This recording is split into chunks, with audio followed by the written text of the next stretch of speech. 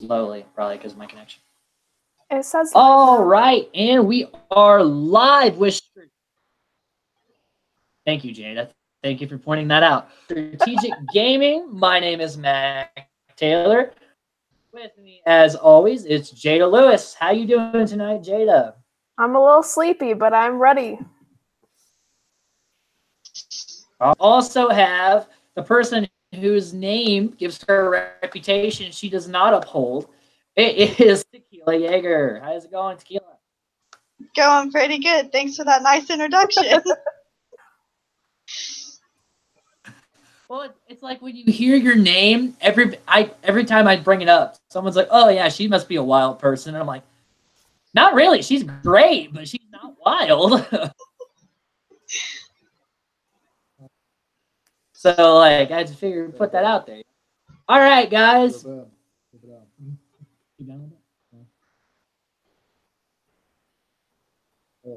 All right, Big Brother 2, episode 2. Let's go ahead and start. So we start off the episode with Kent really trying to start this guys against girls thing. So, start with Jada and then go to Tequila with your thoughts on that.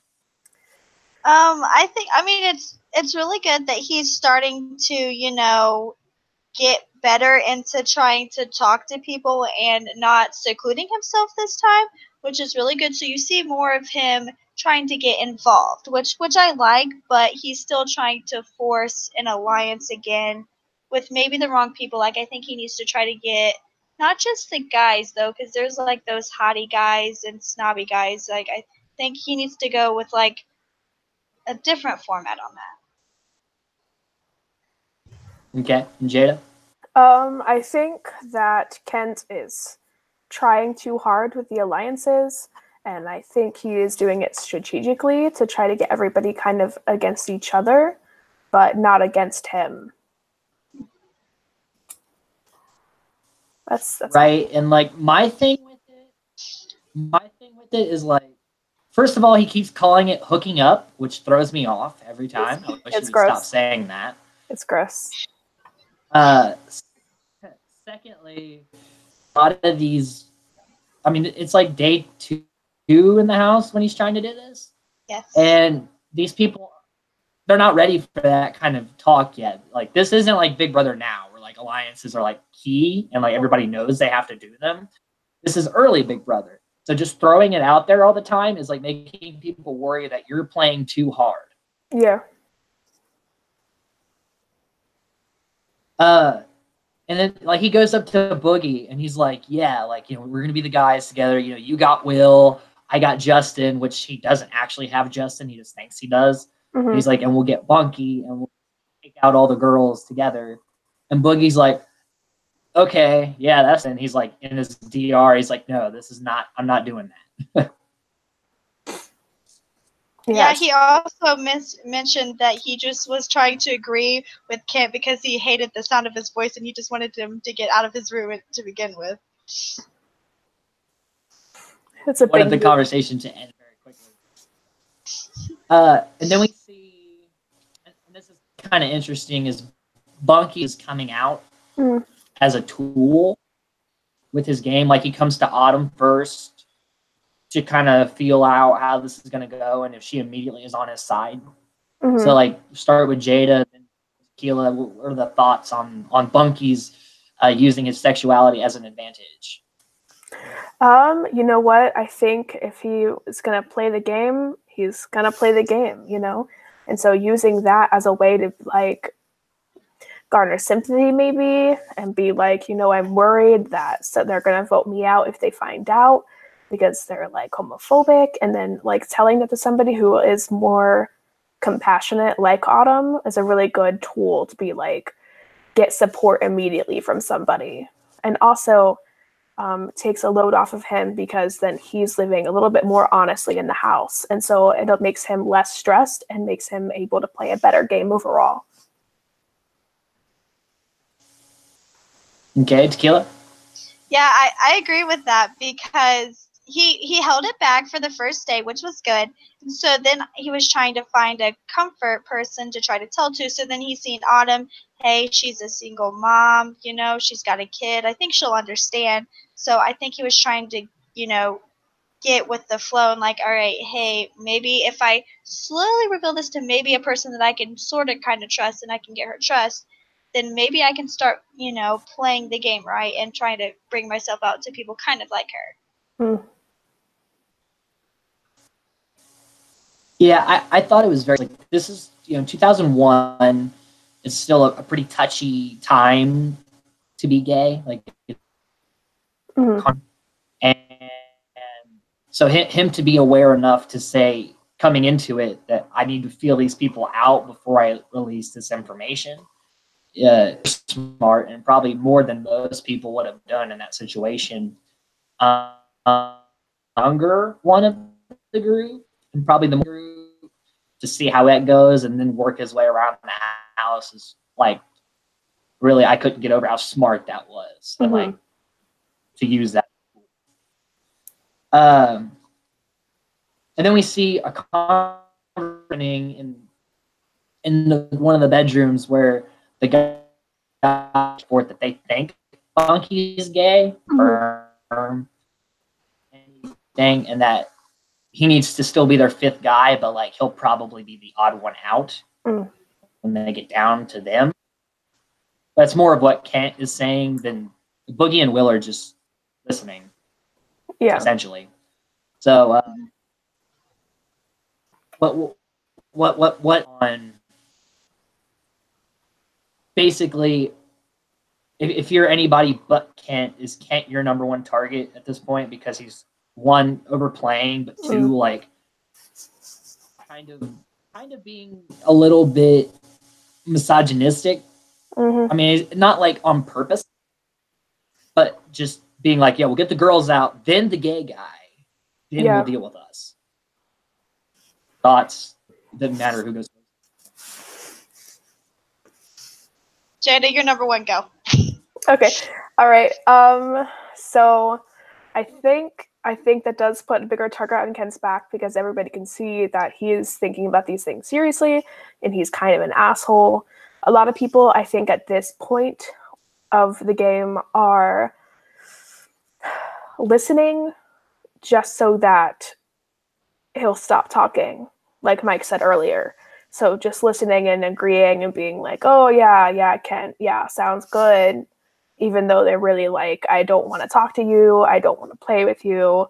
You're just being a dick. And like, honestly, the misogynism has been apparent. And I know it's not on purpose. It's, especially at that time, a lot of the misogyny is like pretty internalized, especially in like the older generations.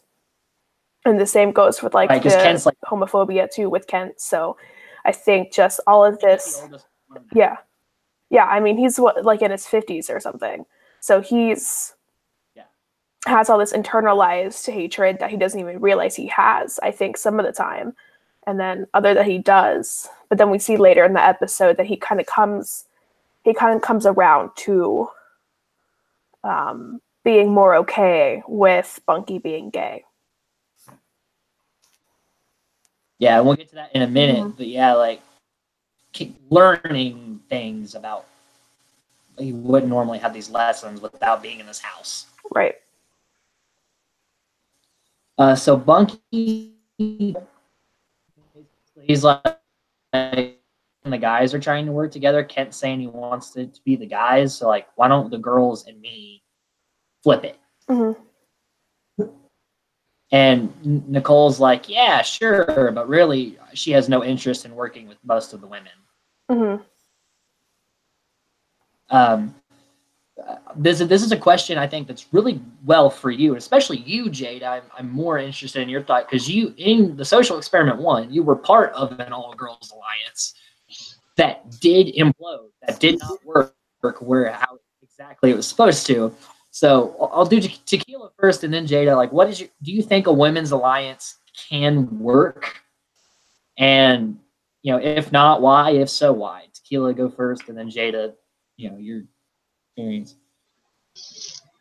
I mean, like the whole girls' alliance and the guys' alliance. Like, I mean, it can work if it's done right, but because like girls will fight and beck at each other depending on their differences. Guys, don't get me wrong. I mean, they're a little bit more laid back with stuff.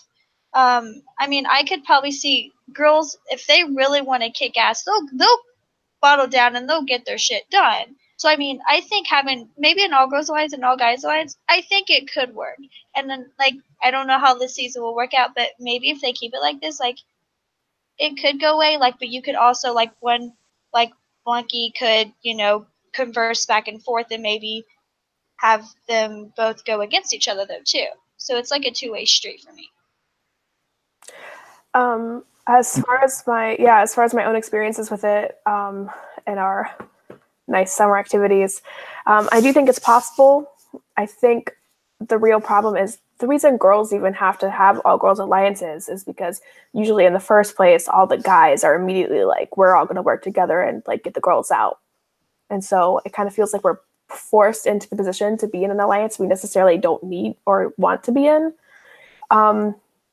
When I played the social experiment and I had an all girls alliance, it was going well for a while. Man, do you remember what we called ourselves? I don't remember. Do you remember what we called ourselves? You were the what? Sorry. The Suicide Sisters. Oh yeah. Okay. See, so that already sounds like a name that's gonna like cause implosion, doesn't it? So. Yeah, the little. Yeah. Oh yeah. So it was cute. It was fun. It went well for when we were doing it, but the problem with that was this was actually a girl that was involved or at least flirting with one of the other guys. And so it ended up being that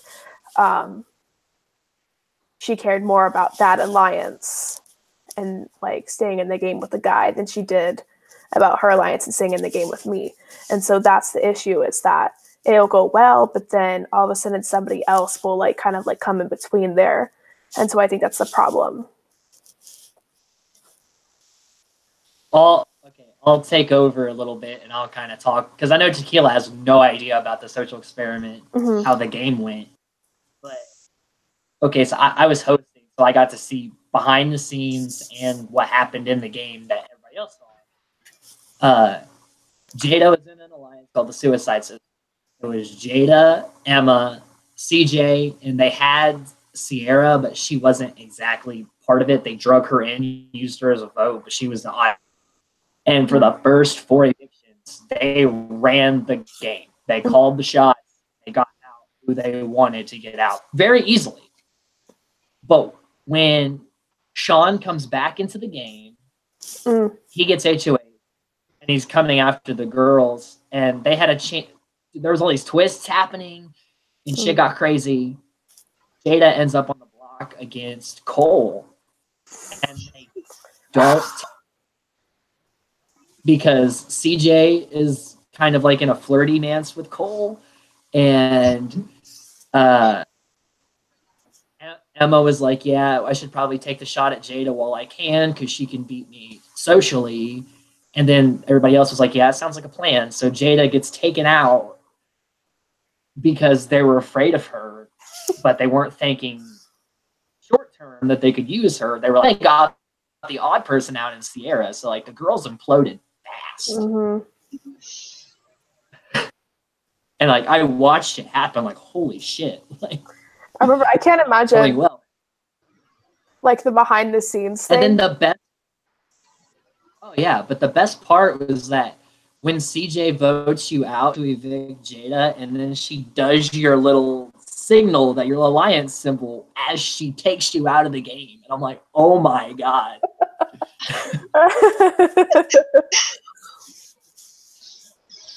It was like the juiciest television, but like right in front of my face.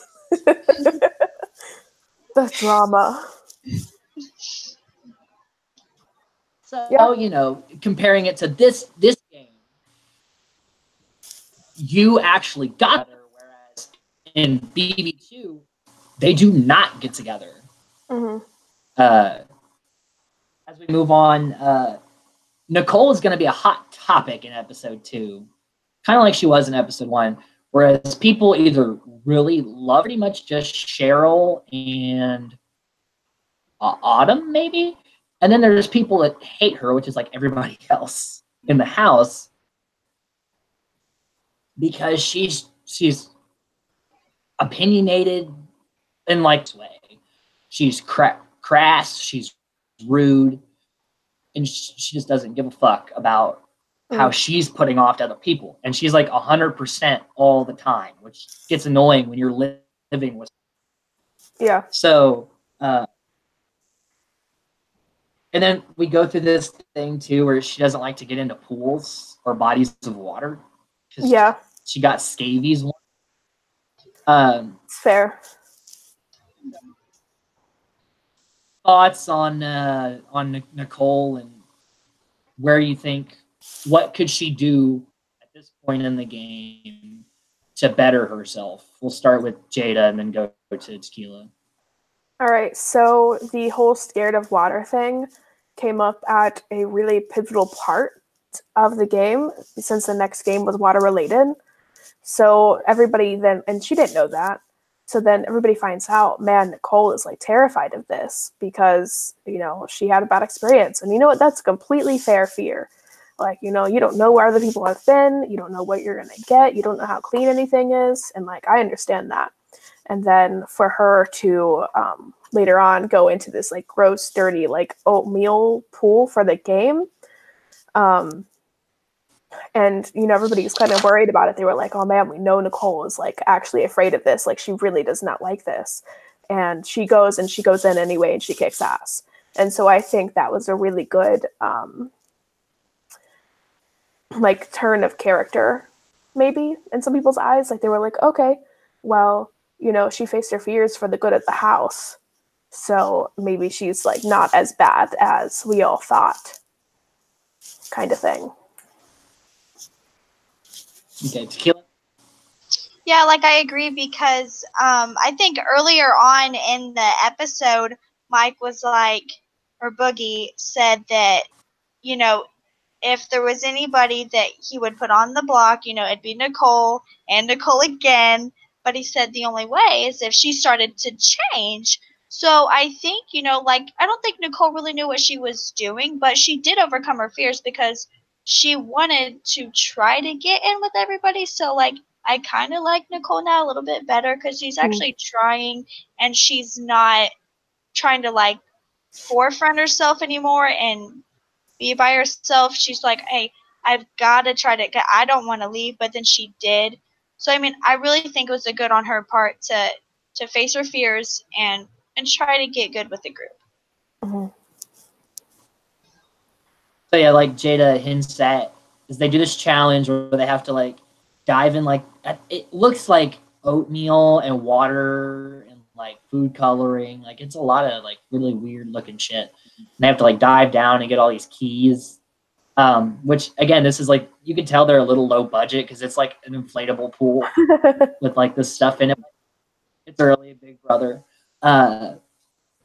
And ultimately everybody does. They get the keys and they get to their place in time. So they get the hot tub unlocked, or else it would be locked for like 2 more weeks. Mm-hmm. Nicole overcomes the fear. She gets in the body of water. Autumn is complaining the whole time about how she doesn't want to put her head under and this is gross. And meanwhile, Chris is like, I think it was oatmeal because my skin feels really good after. And also we have Boogie putting on Krista's bathing suit. Like the handkerchief around the chest. Yep. And shit. It's pretty funny stuff from him. And I think Hardy puts on a bottom. Yeah. So yeah, they get that. They're all happy. They're together, like working together, which is like a nice little break. Like Boogie says, it's a nice break from all the stress of what's going to happen and being able to be the dirty dozen for a little bit. And then we see, and this is where the strategy part comes in, with Nicole and Hardy are starting to bond. Like Nicole and Hardy are hanging out a lot. Where where do you think that, what do you think these guys have in common? Because I think starting off, he'd have never thought Nicole and Hardy were going to be friends. So start with Tequilla, then Jada. What are your thoughts on the pairing? I think it's good. Like you could like I don't know exactly what they do have in common, but I know that if they do work together, they could pull it off pretty well because Nicole came to Hardy at first, and Nicole's like, "Well, you came, I'm like forcing you to listen to this." And he's like, "No, I'm not being forced, I'm actually listening because I want to." Because like he could win those challenges with his muscles. Nicole, she could do it with her. I mean, she's pretty manly herself too, with wanting to do the things. I think the thing they do have in common though is like they're like kind of outsiders too because of the way that they act. So I mean, them coming together and bonding over a certain thing could really be a strong suit later on. Yeah, and to add on to what Tequila was saying about them kind of both being outsiders, I think that is kind of what they have in common. So Nicole is an outsider in that she is, she's loud and she's always like kind of grinding everybody's gears.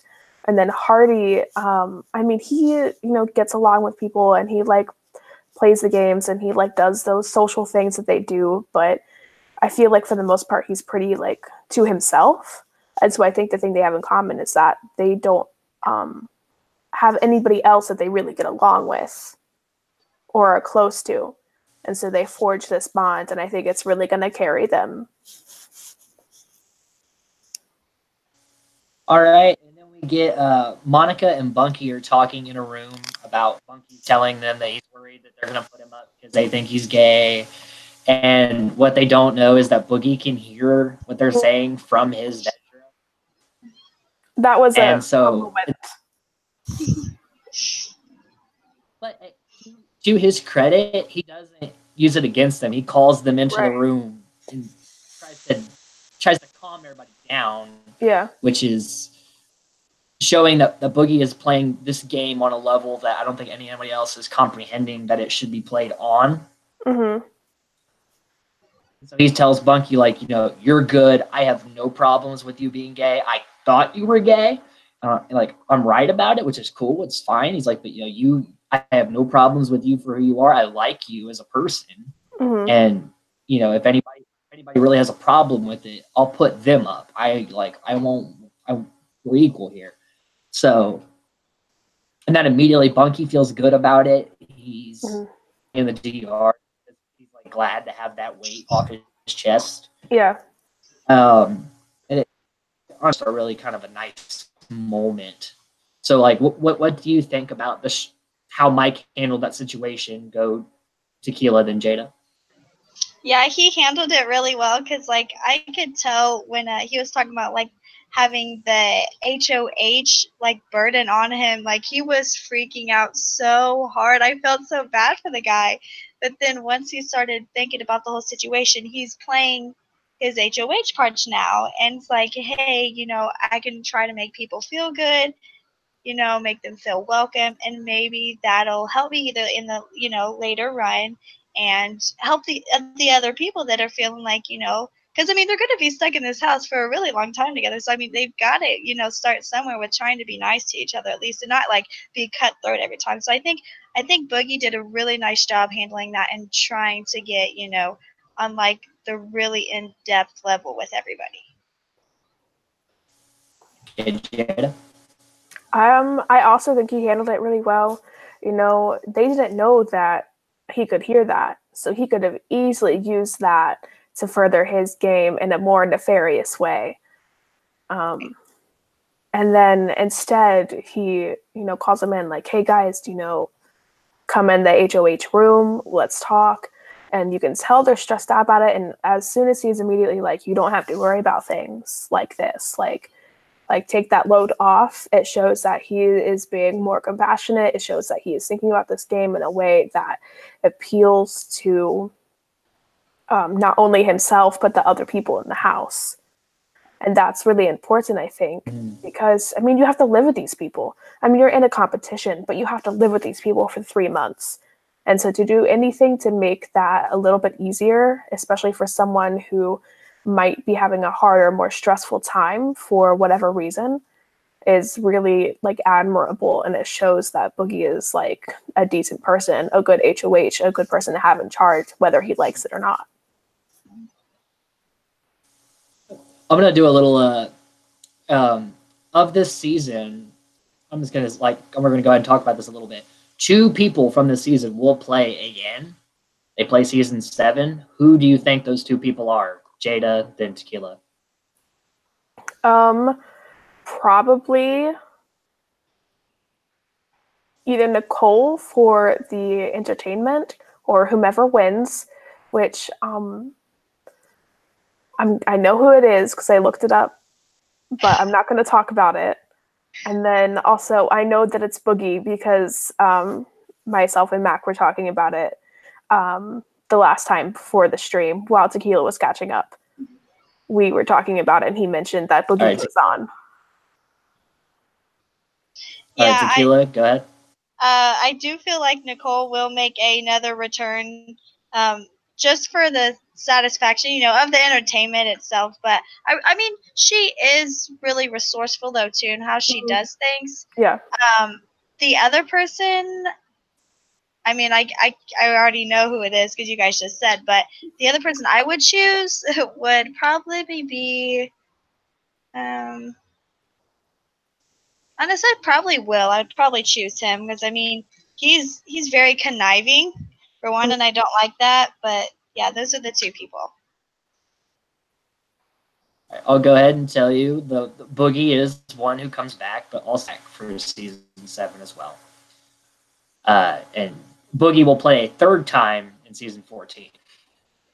Nice. Wow, fan favorite. Yes. But like there's versions. Like the version in BB2 is such a young, caring Boogie. BB7 is like really he's having more fun, but he's more strategic. And then BB14, he's like, I don't give a fuck about emotions. I'm just here to cut throats. And it's I love it every second of that.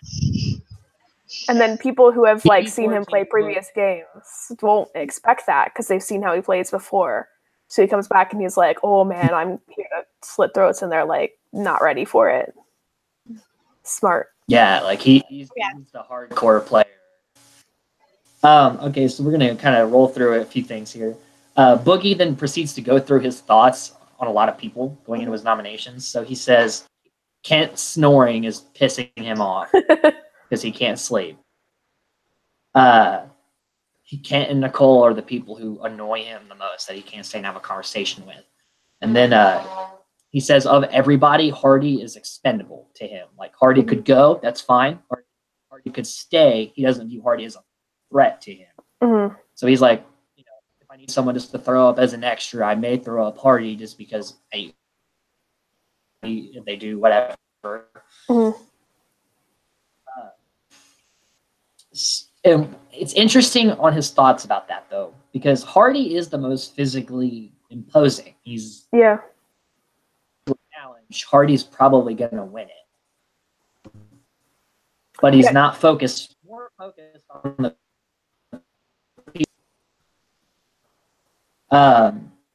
And then we get this little thing where they're all in the hot tub and they got like whipped cream and strawberries and they have to like kind of kiss each other. And the only people who aren't playing this are Bunky, Nicole, and Kent because they're married. Even Cheryl is in there doing it, and I'm like, "You go, Cheryl." She's a little hot mama. She's a cougar. She does she is a very smoking hot. I will give her that.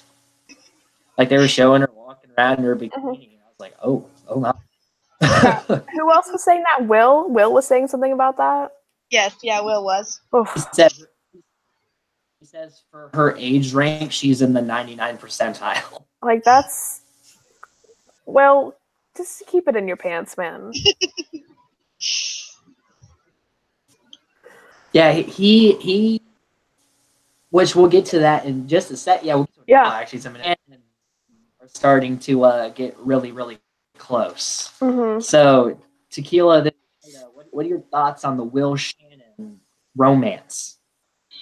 I mean, you gotta have a little fun as you're playing this game. Like Shannon, she was for Will here and there, like with her flirtatiousness, and now she's like pushing him off. Like, I don't know about this. You're just saying I'm pretty just because you want to be with me. Because I think the whole thing that threw her off was because he said something about he wanted to get married with her, and she's like, I'm not really all for that. So she's pushing him off aside. I think it's funny that they're like Will's trying so hard to get with her. But I think in the long run, he needs to really pay attention to how he needs to play the game. I know it's still early on, but I think he can still have a little fun with Shannon for right now, though. It'll be okay. Yeah, I agree. I think it's definitely more one-sided than the other because, I mean, we saw them when they go to like the confessionals or whatever. Will is definitely more into Shannon than Shannon is into Will romantically, because she sees him, she said, more as a brother, and he said as a sister, but a hot sister, which was like really cringy and Weird. gross. Like, yeah, no, though, as soon as that happened, I was like cringing. I was like, oh, that's disgusting, Will. Why would you say it like that? Like, just be like, yeah, I think she's hot.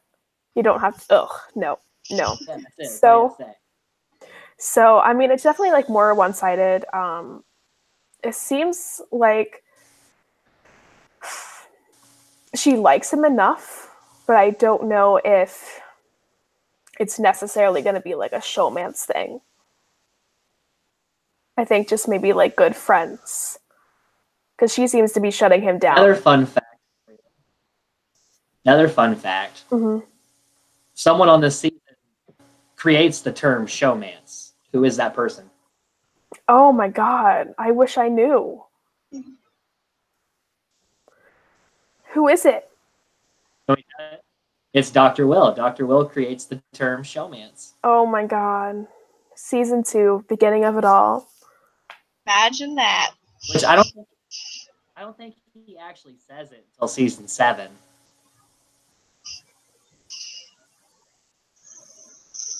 I don't know, but I know he is the one who created it. So the term. So if it doesn't happen until season 7, does that mean we go 7 seasons without the word showmance? I think so. Oh my goodness, that's crazy. Because like if anybody ever talks about Big Brother, it's always like, who's gonna have the showmance? Who's gonna? Just like the term back until season 5, so we go 4 seasons without the term backdoor. I do like that term. I like the backdoor term. And it is a very effective move as long as people don't use the veto. Yeah, it can be effective when used correctly. All right, so we're gonna go on here a little bit. Autumn is up Boogie and Hardy's ass, and they are very annoyed by her neediness. Yeah. It really shows. Like, she's kind of becoming a hot mess in this house. Like, she's all over the place, and she's like desperately trying to basically find like a boyfriend, and they're just like, no.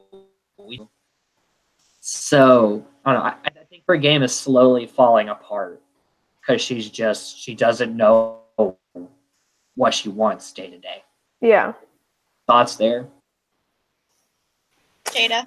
All right. I remember the first episode, someone, I think maybe Hardy, said something about Autumn being too needy and like... Yeah, it was Hardy. Yeah, and like about how she needs to like love herself first. And while I don't always believe that's like always true, I think in her case she really needs to, from what I can see, have like more respect for herself and who she is as a person, because it looks, I mean, you can tell she's like pretty codependent. Like she's looking for somebody that she can cling to and who will give her like all the attention that she clearly craves. And it is it's a little hard to watch because I mean, she could, if she didn't feel that way, if she wasn't so codependent, she could probably play a lot of a better game. But to always be like clinging to people and stuff, that's really gonna like affect it and people's perceptions of you. Yeah, I mean, I agree because like the very first episode, she was already trying to get with Hardy already there, and then like episode 2 and episode 3, like she's crying her eyes out from one day to the next. She doesn't know what's going on.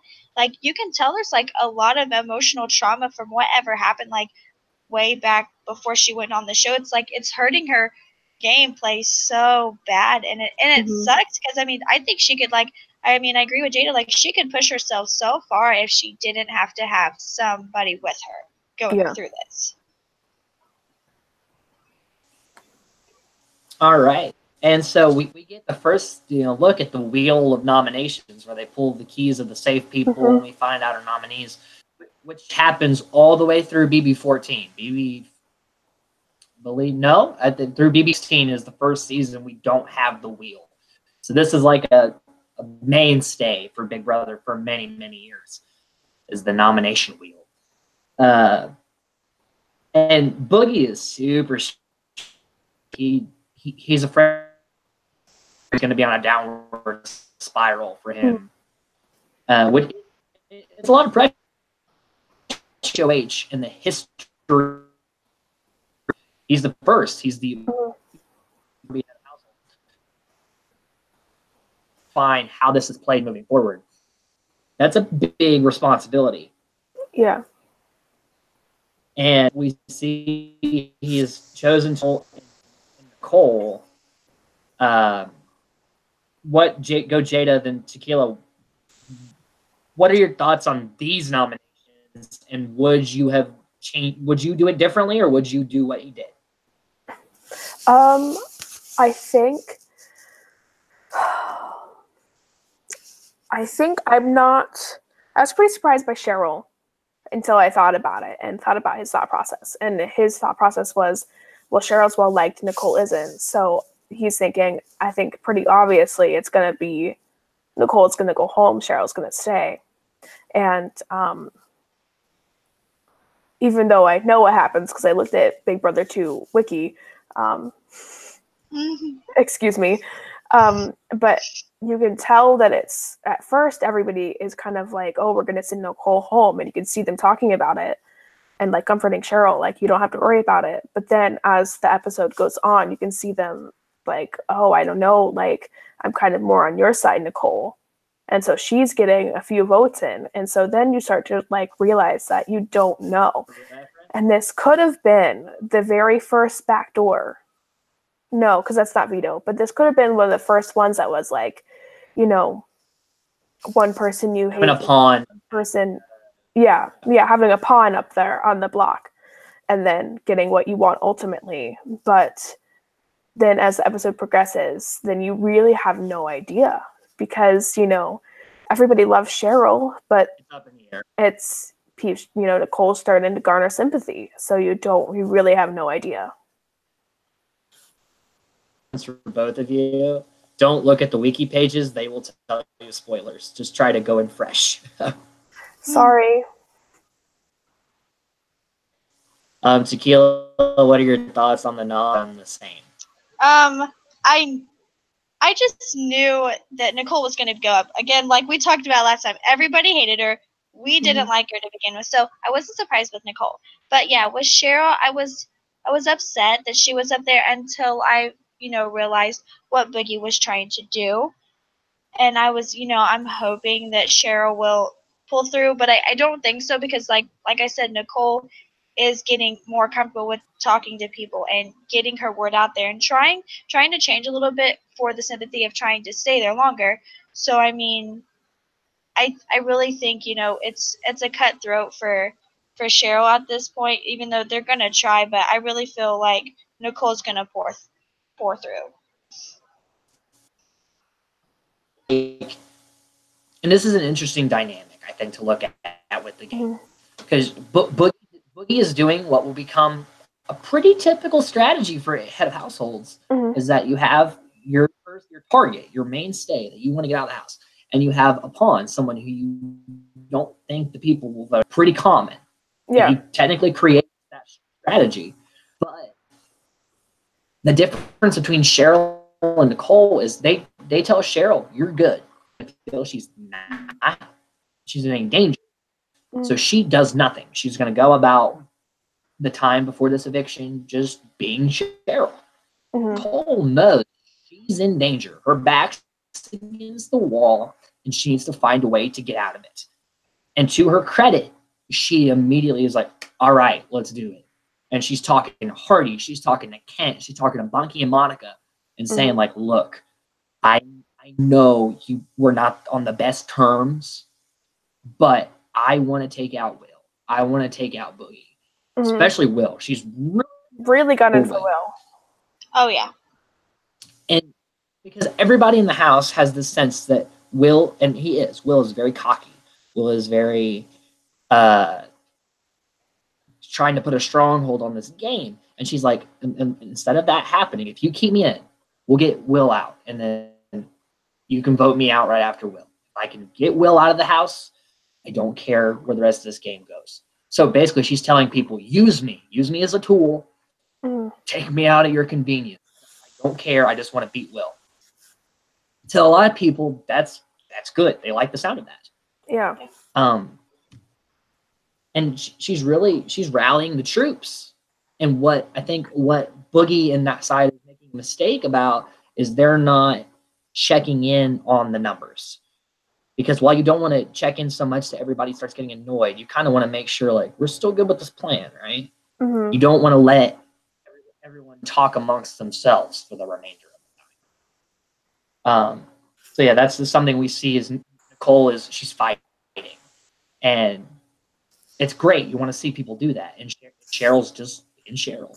Will it affect her negatively, or will Nicole just go out swinging? You'll see as the episodes go on. Let's see here. Yeah, it's basically kind of a war on Will at this point. Like, even though Boogie's in power, they like Boogie. They don't. The only one that likes Will is Boogie and Shannon. Have early.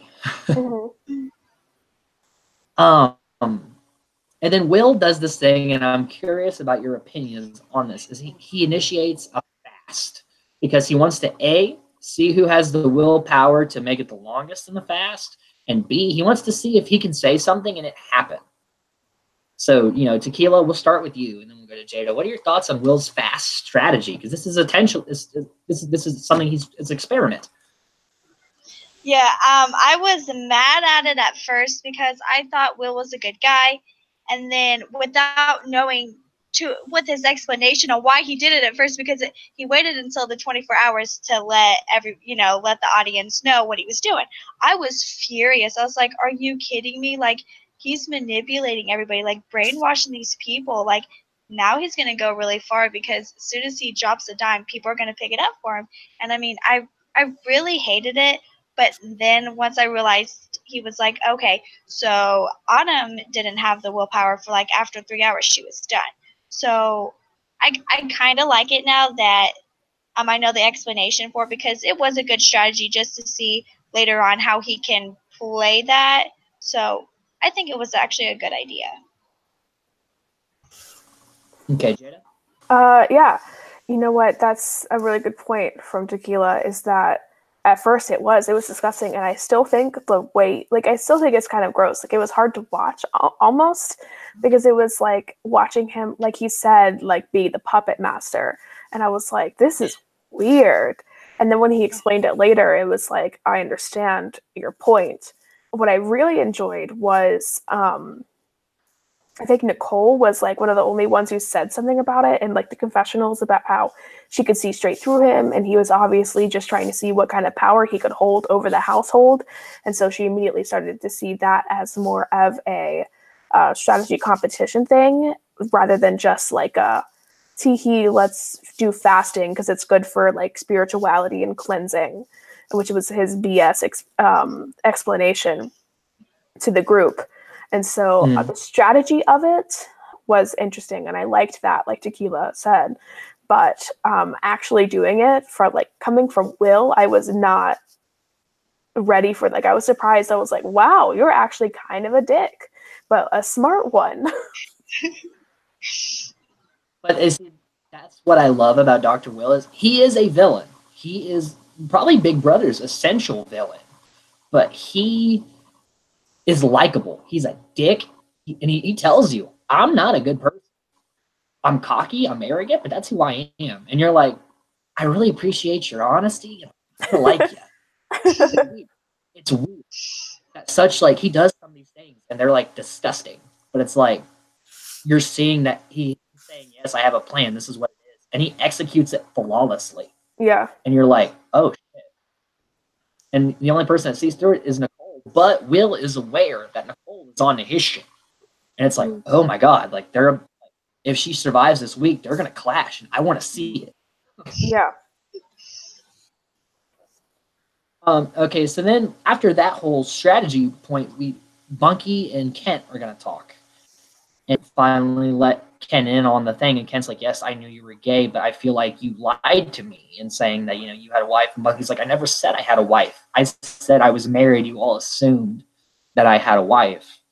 And they kind of go back and forth for a minute, but then Kent's like, all right, it must have been really hard growing up for you. And they have this like heart to heart, and where Kent hugs him, and they are friends. We'll start with Jada and then Tequilla. What are your thoughts on this? And I'll give you an update on what happened after.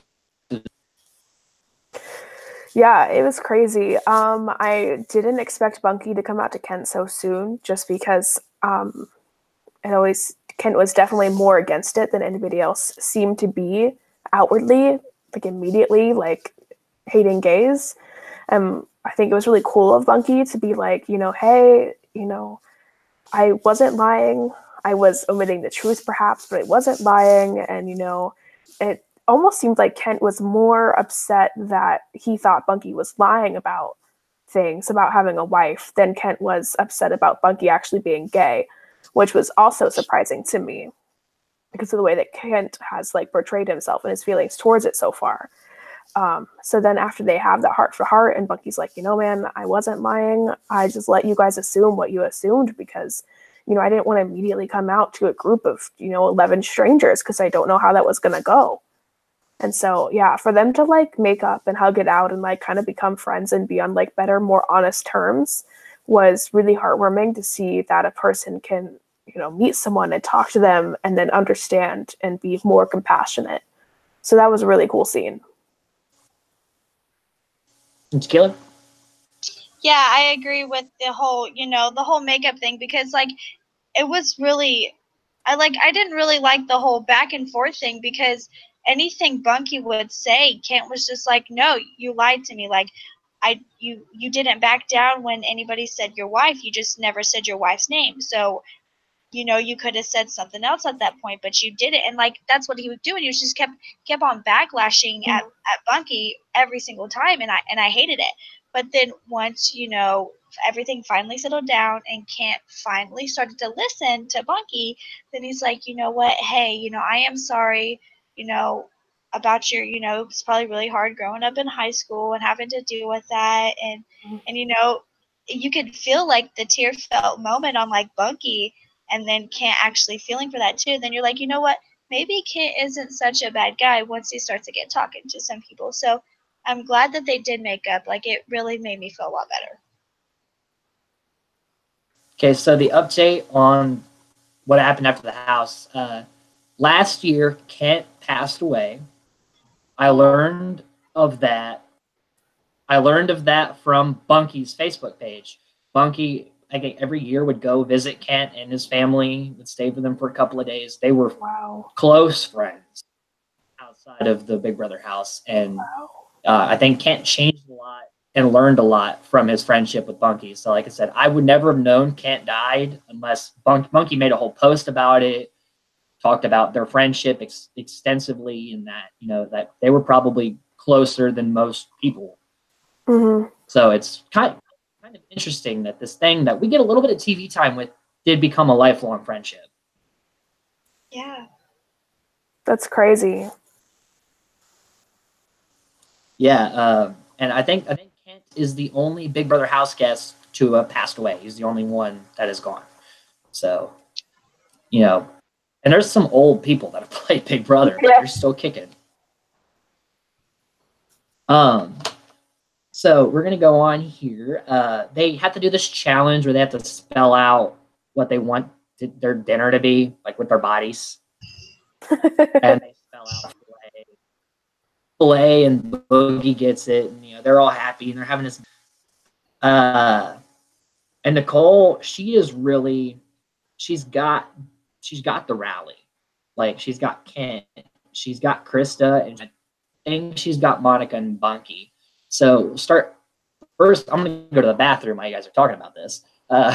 Start with Jada, then Tequilla, and talk about Nicole's campaigning and if you think it's working and why. Like, are you impressed with it or are you not? Just go over your thoughts on that. I'll be right back. So I think Nicole's campaigning is only working because she's the only one campaigning for, to stay on. Cheryl's not really. So there's that. And then I guess he wanted us to talk about the competition. He was kind of glitchy on that last part, so I wasn't positive. The competition, it was amusing to watch. You could see they were actually trying to take more into account that Nicole is vegetarian. They asked her, like, well, what's something that you would want? And she said, you know what, it doesn't matter. Let's just do something that we can win with. And I think that's another thing that really helped. And so then once they spelled out filet and then, they got it, Boogie guessed it correctly. And whenever they had the dinner later, obviously she wasn't going to eat, a big piece of steak. And everybody was like, I guess we'll eat less vegetables so that she can also eat. So you can see that they're still like continuing to be more and more compassionate towards Nicole as time goes on. And so you can see that she really is campaigning well and that she's doing well. And I think that she's going to, like you said earlier, she might actually pull through just because, she's putting in the effort. Yeah, like I agree with you because like the ways that she started campaigning early on, once she realized, hey, I'm on the chopping block, I really feel like she's like, okay, let me see if I can try to talk to other people, which she did really well at. Her strategy on that was really well.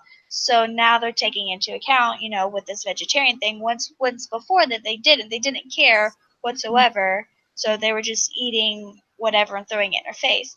So now that she's trying to make friends with people, in the game, they're like, okay, I guess she can be one of our friends. So let's try to help her. So maybe we can all work together and, get this strategy thing down and pat. So yeah, it was really good on her part. And the way that she carried it out was really good on her part. All right. Yeah. I was impressed my first watch with how Nicole, because going into this season, I had only heard about 2 players. I only knew of 2 people going into the season. I'd never heard of Nicole Shaffridge before. So when I went in and I'm seeing how really she's the first person to have to campaign, she's doing a hell of a job with being like, don't focus on me. I'll lead the charge. I'm going in at first. And they're all like, yeah, sounds like a good idea. Let's go with you. Like, she managed to turn a house of people who don't necessarily like her, but we're like, all right, you do make valid points, but we'll work with you, even though we don't enjoy you. Mm-hmm. That's pretty impressive. And then we have 2 things left to talk about before we finish this one out. Is Justin taking Kent's pillow and Kent goes to tell him about it? Like, Justin gets aggressive very fast. Yeah.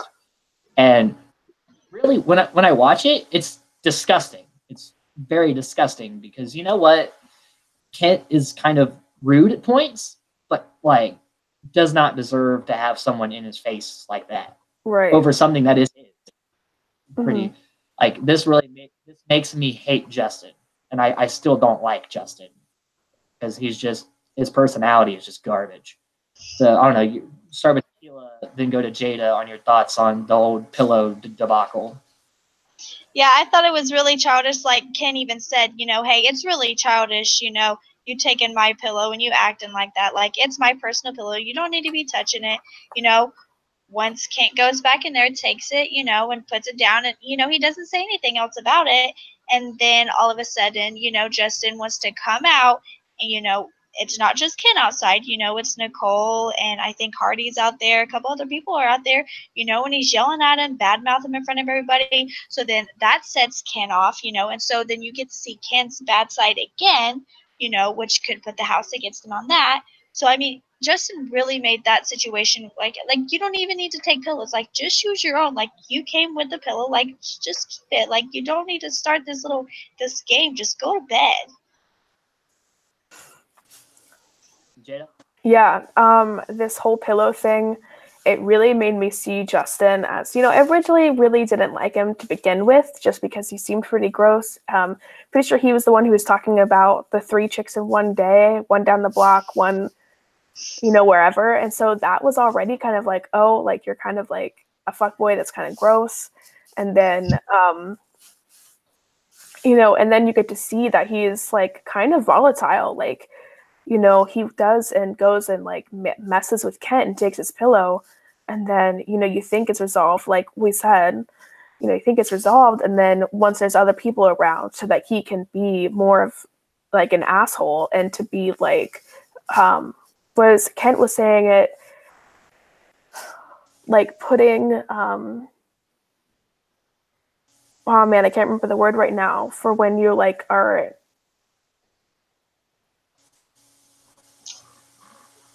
He's basically saying he's trying to treat me like a prison bitch. Intimidating. Thank you. Yeah. Intimidating. So then, Justin is like doing this like gross intimidation method, and he's like really aggressive, and it's like scary and gross.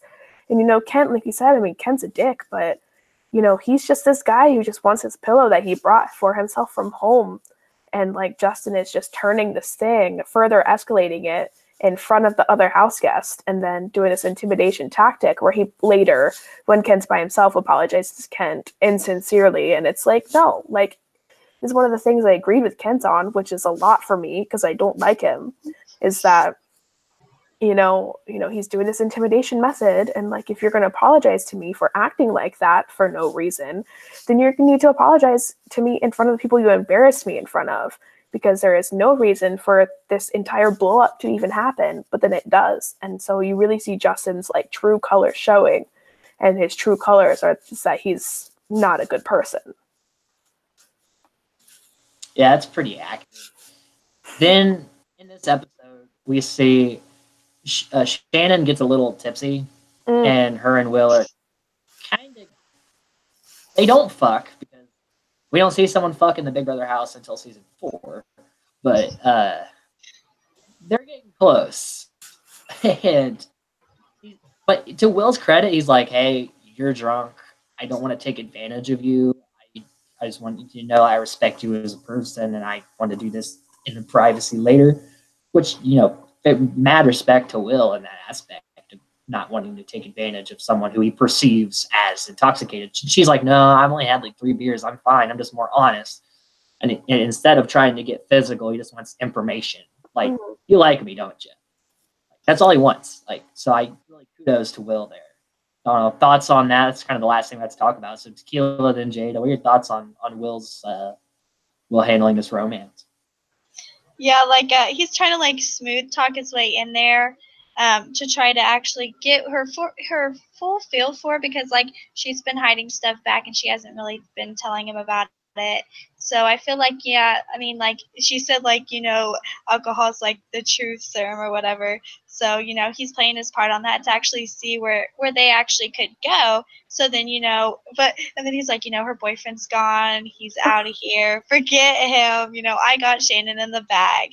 So I feel like it was really cool. Yeah, like I respect Will more for, not having her, like, taking advantage of her while he's drunk or she's drunk. So, I mean, I really respect Will for that. And I'm glad it turned out the way it did in a sense. So, yeah.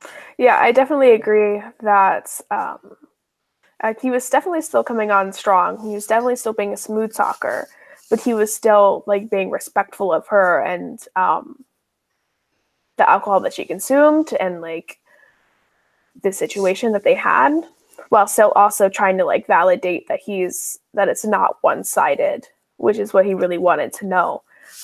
His arrogance, the cockiness really came through during that part because he was saying like I don't kiss girls, girls kiss me, and you could tell that she was unimpressed by that.